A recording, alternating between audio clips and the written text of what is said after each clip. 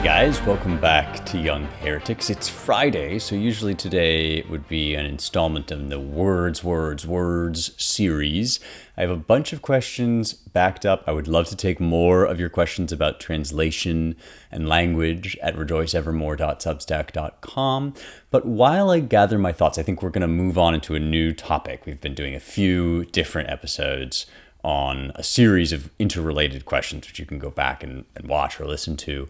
But while I'm gathering my thoughts on that, I figured I would do something just a little different to switch it up and read to you from Paradise Lost. So if you are a paid subscriber over at rejoiceevermore.substack.com, you probably already know that I have been recording an audiobook of Milton's greatest poem, and one of, if not the greatest poems in the English language. I think it is just a masterwork in every respect, intellectually, artistically, linguistically. Everything about it is just magnificent. And we're actually coming, I realized, to the end. It's kind of crazy to think about because it's such a long poem, but we're on book 11, and we have reached the point at which Adam and Eve did fall. It gets me every time, but it really moved me this time that they, the way that they first eat the fruit and then dissension starts to break out between them, and then the realm of paradise is taken over. It's just absolutely heartbreaking. And there's a really moving moment at the end of book 10 where Adam and Eve consider taking their own lives and then decide instead to pray for forgiveness. And I thought that just as a fun kind of variety, I could give out this next installment of the audiobook on the podcast for free. So I'm just going to read the poem to you. There's really nothing more than that. If this is something you like, and I think hearing poems read aloud can be a really great way to understand them better, especially if you're talking with somebody that has read the poem a few times, so that you can get the sense and the flow and the rhythm of the work. And certainly epic poetry is like this. Milton, I think, benefits from being read aloud. So if this is something that you like and that you feel would be beneficial, you can go to rejoiceevermore.substack.com and become a paid subscriber. All of the previous installments up to this section of book 11 are there in an archive for you to find, but also I will continue adding until we reach the end, and then I will read something else aloud. So I've been getting lots of great suggestions about what to cover on Young Heretics on the Tuesday episodes lately, and I would love to hear your suggestions about poems just to read aloud and enjoy together, or other works of literature, anything that you would think would be good. If you become a paid subscriber, you can just DM me and let me know. Or you can just enjoy this section, which will hopefully stand on its own, in which the Son of God, that is to say Jesus, or the second person of the Trinity, although Milton himself had complicated views about that, but the Son of God takes the prayers of repentance from Adam and Eve and brings them to his Father. Thus they, in lowliest plight, repentant stood praying. For from the mercy seat above, prevenient grace descending had removed the stony from their hearts, and made new flesh regenerate grow instead, that sighs now breathed unutterable, which the spirit of prayer inspired, and winged for heaven with speedier flight than loudest oratory. Yet their port, not of mean suitors, nor important less, seemed their petition, than when the ancient pair in fables old, less ancient yet than these, Deucalion and chaste Pyrrha to restore, the race of mankind drowned, before the shrine of Themis stood devout. To heaven their prayers flew up, nor missed the way, by envious winds blown vagabond or frustrate. In they passed dimensionless through heavenly doors, then clad with incense, where the golden altar fumed, by their great intercessor, came in sight before the Father's throne. Them the glad Son presenting, thus to intercede began. See, Father, what first fruits on earth are sprung from thy implanted grace in man. These sighs and prayers, which in this golden censer, mixed with incense, I, thy priest, before thee bring, fruits of more pleasing savor from thy seed, sown with contrition in his heart, than those which his own hand, manuring all the trees of paradise, could have produced, ere fallen from innocence. Now therefore bend thine ear to supplication. Hear his sighs, though mute, unskilful with what words to pray. Let me interpret for him, me, his advocate and propitiation, all his works on me, good or not good, engraft. My merit those shall perfect, and for these my death shall pay. Accept me, and in me from these receive the smell of peace toward mankind. Let him live before thee reconciled, at least his days numbered, though sad, till death, his doom, which I to mitigate thus plead, not to reverse, to better life shall yield him, where with me all my redeemed may dwell in joy and bliss, made one with me, as I with thee am one. To whom the Father, without cloud, serene, all thy request for man, accepted Son, obtain. All thy request was my decree, but longer in that paradise to dwell, the law I gave to nature him forbids. Those pure, immortal elements that know no gross, no unharmonious mixture foul, eject him tainted now, and purge him off as a distemper, gross to air as gross, and mortal food, as may dispose him best for dissolution wrought by sin, that first distempered all things, and of incorrupt corrupted. I at first with two fair gifts created him endowed, with happiness and immortality. That fondly lost, this other served but to eternize woe, till I provided death. So death becomes his final remedy, and after life, tried in sharp tribulation, and refined by faith and faithful works, to second life, waked in the renovation of the just, resigns him up with heaven and earth renewed. But let us call to synod all the blessed through heaven's wide bounds. From them I will not hide my judgments, how with mankind I proceed, and how with peccant angels late they saw, and in their state, though firm, stood more confirmed. He ended, and the sun gave signal high to the bright minister that watched. He blew his trumpet, heard in Oreb since perhaps when God descended, and perhaps once more to sound at general doom.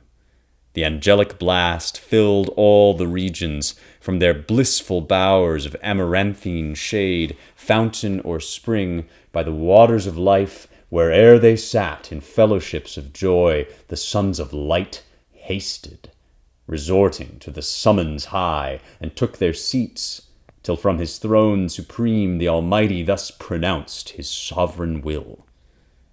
O sons, like one of us man is become, to know both good and evil, since his taste of that defended fruit.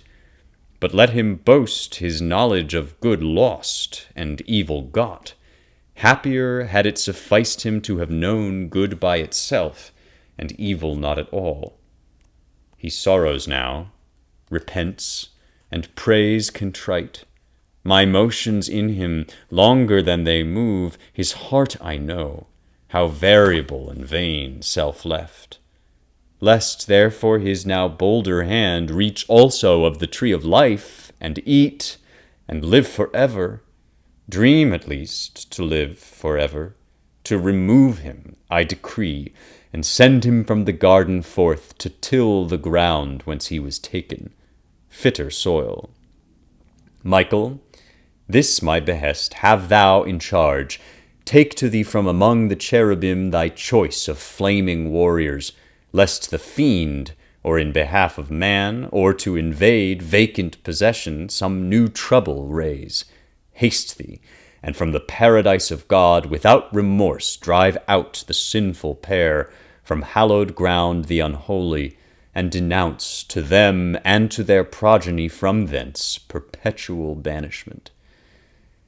Yet lest they faint at the sad sentence rigorously urged, for I behold them softened, and with tears bewailing their excess, all terror hide. If patiently thy bidding they obey, dismiss them not disconsolate. Reveal to Adam what shall come in future days, as I shall thee enlighten. Intermix my covenant in the woman's seed renewed. So send them forth, though sorrowing, yet in peace. And on the east side of the garden place, where entrance up from Eden easiest climbs, cherubic watch, and of a sword the flame wide waving, all approach far off to fright, and guard all passage to the tree of life, lest paradise a receptacle prove to spirits foul, and all my trees their prey, with whose stolen fruit man once more to delude. He ceased, and with the archangelic power prepared for swift descent. With him the cohort bright of watchful cherubim, 4 faces each, had, like a double Janus, all their shapes spangled with eyes more numerous than those of Argus, and more wakeful than to drowse, charmed with the Arcadian pipe, the pastoral reed of Hermes, or his opiate rod. Meanwhile, to resalute the world with sacred light, Leucothea waked, and with fresh dews embalmed the earth. When Adam and first matron Eve had ended now their orisons, and found strength added from above, new hope to spring out of despair, joy, but with fear yet linked, which thus to Eve his welcome words renewed. Eve, easily may faith admit that all the good which we enjoy from heaven descends, but that from us aught should ascend to heaven, so prevalent as to concern the mind of God high blessed, or to incline his will, hard to belief may seem. Yet this will prayer, or one short sigh of human breath, upborne e'en to the seat of God. For since I sought by prayer the offended deity to appease, kneeled, and before him humbled all my heart, methought I saw him, placable and mild, bending his ear. Persuasion in me grew that I was heard with favor. Peace returned home to my breast, and to my memory his promise, that thy seed shall bruise our foe, which then not minded in dismay, yet now assures me that the bitterness of death is past, and we shall live. Whence hail to thee, Eve rightly called, mother of all mankind, mother of all things living, since by thee man is to live, and all things live for man. To whom thus Eve, with sad demeanor meek, ill-worthy I such title should belong to me, transgressor, who for thee ordained a help, became thy snare. To me reproach rather belongs, distrust, and all dispraise, but infinite in pardon was my judge, that I, who first brought death on all, am graced the source of life. Next favorable thou, who highly thus to entitle me vouchsafest far other name deserving. But the field to labor calls us now, with sweat imposed, though after sleepless night, for see the morn, all unconcerned with our unrest, begins her rosy progress, smiling. Let us forth, I never from thy side henceforth to stray, where'er our day's work lies, though now enjoined laborious, till day droop, while here we dwell. What can be toilsome in these pleasant walks? Here let us live, though fallen in state, content. So spake, so wished much humbled Eve, but fate subscribed not. Nature first gave signs, impressed on bird, beast, air, ere suddenly eclipsed after short blush of morn, Nigh in her sight, the bird of Jove stooped from his airy tower, 2 birds of gayest plume before him drove. Down from a hill, the beast that reigns in woods, first hunter then, pursued a gentle brace. Goodliest of all the forest, hart and hind, direct to the eastern gate was bent their flight. Adam observed, and with his eye the chase pursuing, not unmoved to Eve thus spake. O Eve, some further change awaits us nigh, which heaven by these mute signs in nature shows, forerunners of his purpose, or to warn us, haply too secure of our discharge from penalty, because from death released some days. How long, and what till then our life, who knows? Or more than this, that we are dust, and thither must return, and be no more. Why else this double object in our sight of flight pursued in the air and o'er the ground, one way the self-same hour? Why in the east darkness ere day's mid-course, and morning light more orient in yon western cloud that draws o'er the blue firmament a radiant white, and slow descends with something heavenly fraught? He erred not, for by this the heavenly bands, down from a sky of jasper lighted now in paradise, and on a hill made alt. A glorious apparition, had not doubt and carnal fear that day dimmed Adam's eye. Not that more glorious, when the angels met Jacob in Mahanaim, where he saw the field pavilioned with his guardians bright, nor that which on the flaming mount appeared in Dothan, covered with a camp of fire against the Syrian king, who to surprise one man, assassin-like had levied war unproclaimed. The princely hierarch in their bright stand there left his powers to seize possession of the garden. He alone, to find where Adam sheltered, took his way, not unperceived of Adam, who to Eve, while the great visitant approached, thus spake. Eve, now expect great tidings, which perhaps of us will soon determine or impose new laws to be observed. For I descry from yonder blazing cloud that veils the hill one of the heavenly host, and by his gait none of the meanest, some great potentate, or of the thrones above, such majesty invests him coming, yet not terrible that I should fear, nor sociably mild as Raphael that I should much confide, but solemn and sublime, whom not to offend, with reverence I must meet, and thou retire. He ended, and the archangel soon drew nigh, not in his shape celestial, but as a man clad to meet man. Over his lucid arms a military vest of purple flowed, livelier than Melibæan, or the grain of Sarah, worn by kings and heroes old in times of truce. Iris had dipped the woof. His starry helm unbuckled showed him prime in manhood where youth ended. By his side, as in a glistering zodiac, hung the sword, Satan's dire dread, and in his hand the spear. Adam bowed low. He kingly from his state inclined not, but his coming thus declared.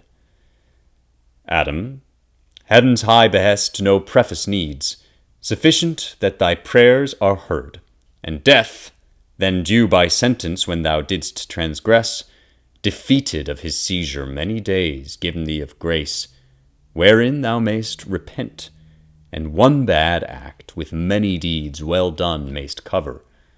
Well may then thy Lord, appeased, redeem thee quite from death's rapacious claim. But longer in this paradise to dwell permits not. To remove thee I am come, and send thee from the garden forth to till the ground whence thou wast taken, fitter soil. He added not, for Adam at the news, heart-struck with chilling gripe of sorrow stood, that all his senses bound. Eve, who unseen, yet all had heard, with audible lament discovered soon the place of her retire. O unexpected stroke! worse than of death. Must I thus leave thee, paradise? Thus leave thee, native soil, these happy walks and shades, fit haunt of gods, where I had hoped to spend, quiet though sad, the respite of that day that must be mortal to us both.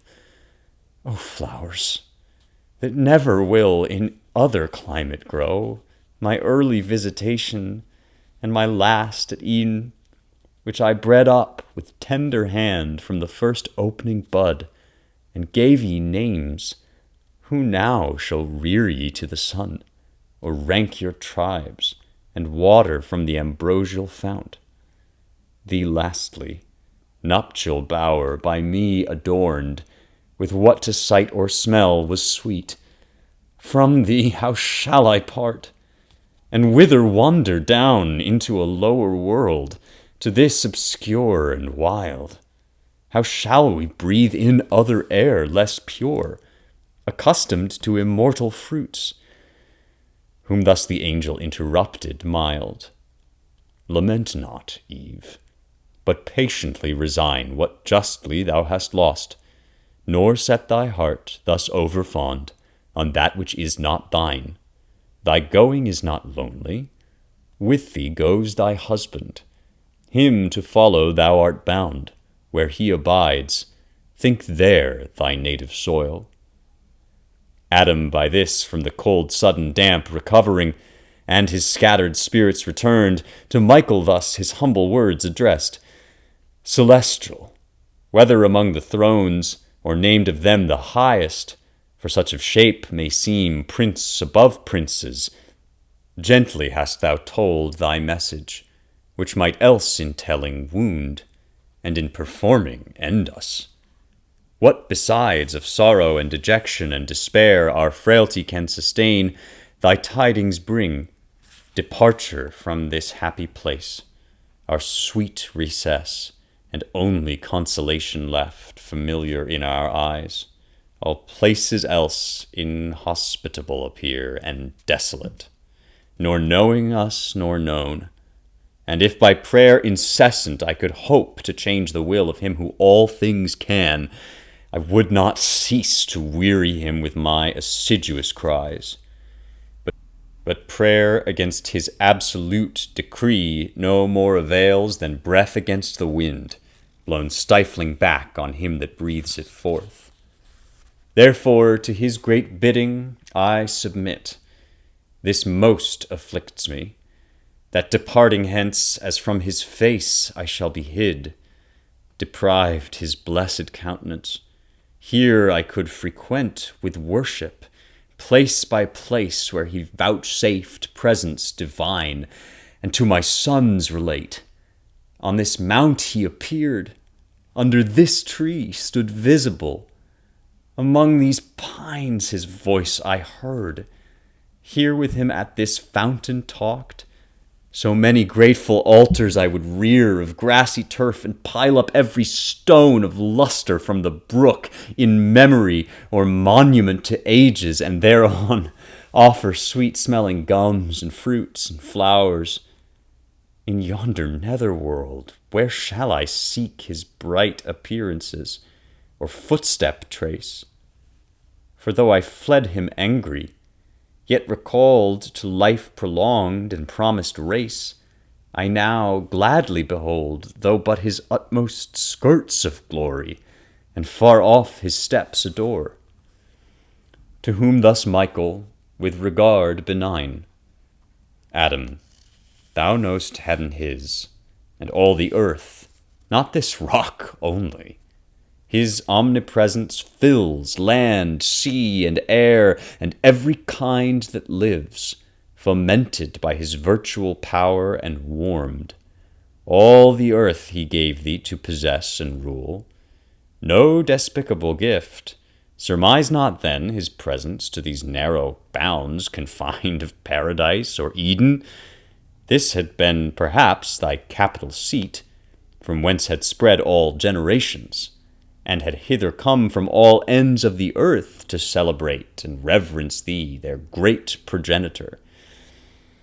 But this preeminence thou hast lost, brought down to dwell on even ground now with thy sons. Yet doubt not, but in valley and in plain God is, as here, and will be found alike present, and of his presence many a sign still following thee, still compassing thee round with goodness and paternal love, his face express, and of his steps the track divine. Which that thou mayst believe, and be confirmed, ere thou from hence depart, know I am sent to show thee what shall come in future days, to thee and to thy offspring.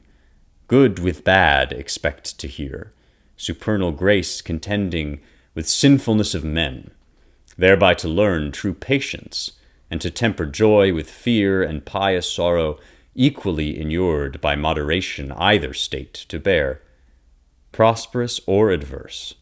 So shalt thou lead safest thy life, and best prepared endure thy mortal passage when it comes.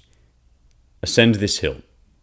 Let Eve, for I have drenched her eyes, here sleep below, while thou to foresight wakest, as once thou slepst, while she to life was formed.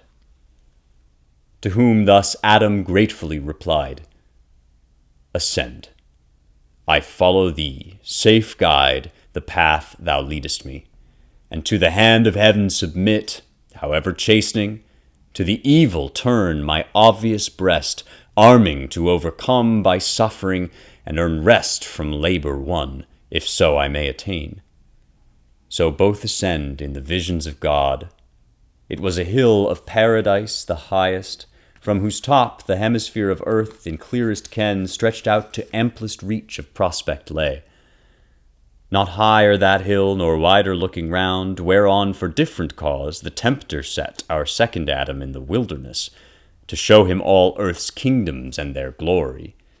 His eye might there command, wherever stood city of old or modern fame, the seat of mightiest empire, from the destined walls of Kambalu, seat of Cathayan Khan and Samarkand by Oxus, Temir's throne, to Paquin of Sinaean kings, and thence to Agra and Lahore of great Mogul, down to the golden Cherenese, or where the Persian in Ekbatan sat, or since in Hispahan, or where the Russian Tsar in Moscow, or the Sultan in Byzance, Turkestan born, nor could his eye not ken the empire of Negus to his utmost port, Irako, and the less maritime kings, Mombasa and Quiloa and Milind and Sofala thought Ophir, to the realm of Congo and Angola farthest south, and thence from Niger flood to Atlas Mount, the kingdoms of Almansor, Fez and Sus,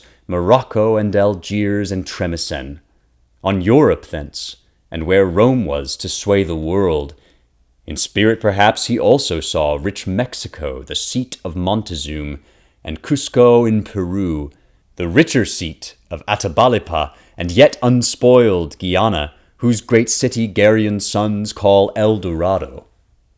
But to nobler sights Michael from Adam's eyes the film removed, which that false fruit that promised clearer sight had bred, then purged with euphrasy and rue the visual nerve, for he had much to see, and from the well of life 3 drops instilled. So deep the power of these ingredients pierced, even to the inmost seat of mental sight, that Adam now enforced to close his eyes, sunk down, and all his spirits became entranced. But him the gentle angel by the hand soon raised, and his attention thus recalled. Adam, now ope thine eyes, and first behold the effects which thy original crime hath wrought, in some to spring from thee, who never touched the accepted tree, nor with the snake conspired, nor sinned thy sin, yet from that sin derive corruption to bring forth more violent deeds. His eyes he opened, and beheld a field, part arable and tilth, whereon were sheaves new reaped, and other part sheep-walks and folds, amidst an altar as the landmark stood, rustic, of grassy sward. Thither anon a sweaty reaper from his tillage brought first fruits, the green ear and the yellow sheaf, unculled as came to hand. A shepherd next, more meek, came with the firstlings of his flock, choicest and best, then sacrificing, laid the inwards and their fat, with incense strewed, on the cleft wood, and all due rites performed. His offering soon propitious fire from heaven consumed with nimble glance and grateful steam. The other's not, for his was not sincere, whereat he inly raged, and as they talked, smote him into the midriff with a stone that beat out life. He fell, and deadly pale groaned out his soul with gushing blood effused. Much at that sight was Adam in his heart dismayed, and thus in haste to the angel cried, O teacher, some great mischief hath befallen to that meek man, who well had sacrificed. Is piety thus and pure devotion paid? To whom Michael thus, he also moved, replied, These two are brethren, Adam, and to come out of thy loins. The unjust the just hath slain, for envy that his brother's offering found from heaven acceptance. But the bloody fact will be avenged, and the other's faith approved, lose no reward, though here thou see him die, rolling in dust and gore. To which our sire, Alas, both for the deed and for the cause! But have I now seen death? Is this the way I must return to native dust? O sight of terror! Foul and ugly to behold, horrid to think, how horrible to feel! To whom thus Michael, Death thou hast seen in his first shape on man, but many shapes of death, and many are the ways that lead to his grim cave, all dismal, yet to sense more terrible at the entrance than within.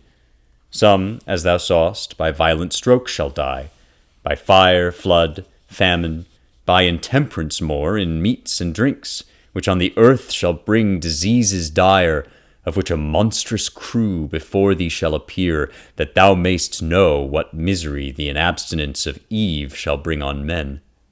Immediately a place before his eyes appeared, sad, noisome, dark, a lazar house it seemed, wherein were laid numbers of all diseased, all maladies of ghastly spasm or racking torture, qualm of heart-sick agony, all feverous kinds, convulsions, epilepsies, fierce catarrhs, intestine stone and ulcer, colic pangs, demoniac frenzy, moping melancholy, and moonstruck madness, pining atrophy, marasmus, and wide-wasting pestilence, dropsies and asthmas and joint-racking rheums. Dire was the tossing, deep the groans, despair tended the sick busiest from couch to couch, and over them triumphant death his dart shook, but delayed to strike, though oft invoked with vows as their chief good and final hope. Sight so deform, what heart of rock could long dry-eyed behold? Adam could not, but wept. Though not of woman born, compassion quelled his best of man, and gave him up to tears a space, till firmer thoughts restrained excess, and scarce recovering words his plaint renewed. And we're going to stop there. I will record the next part for the paid subscribers in a couple weeks at rejoiceevermore.substack.com. So if this is something you enjoyed, I would love to have you over there. But if you would prefer just to stick with Young Heretics, of course, we'll be back to our regularly scheduled programming on Tuesday, which is also the release date of my new book, Light of the Mind, Light of the World, Illuminating Science Through Faith. I already pitched that to you on Tuesday of this week, so I'm not going to go through a whole spiel again. But I will say, and this is happy news, a happy problem to have, we're already in our second print run because there was high demand. And that means that you should probably pre-order if you want to secure your copy, because when people are buying a lot of books, it can be hard to predict exactly how to fulfill all the orders in advance. So if you pre-order, you'll be more likely to get your book sooner rather than later. And I hope you will, because I really want to share this book with you. Light of the Mind, Light of the World at Amazon. All the links for everything I've mentioned will be in the notes for this episode. Thanks as always. I will see you next week for more truth, beauty, and the stuff that matters.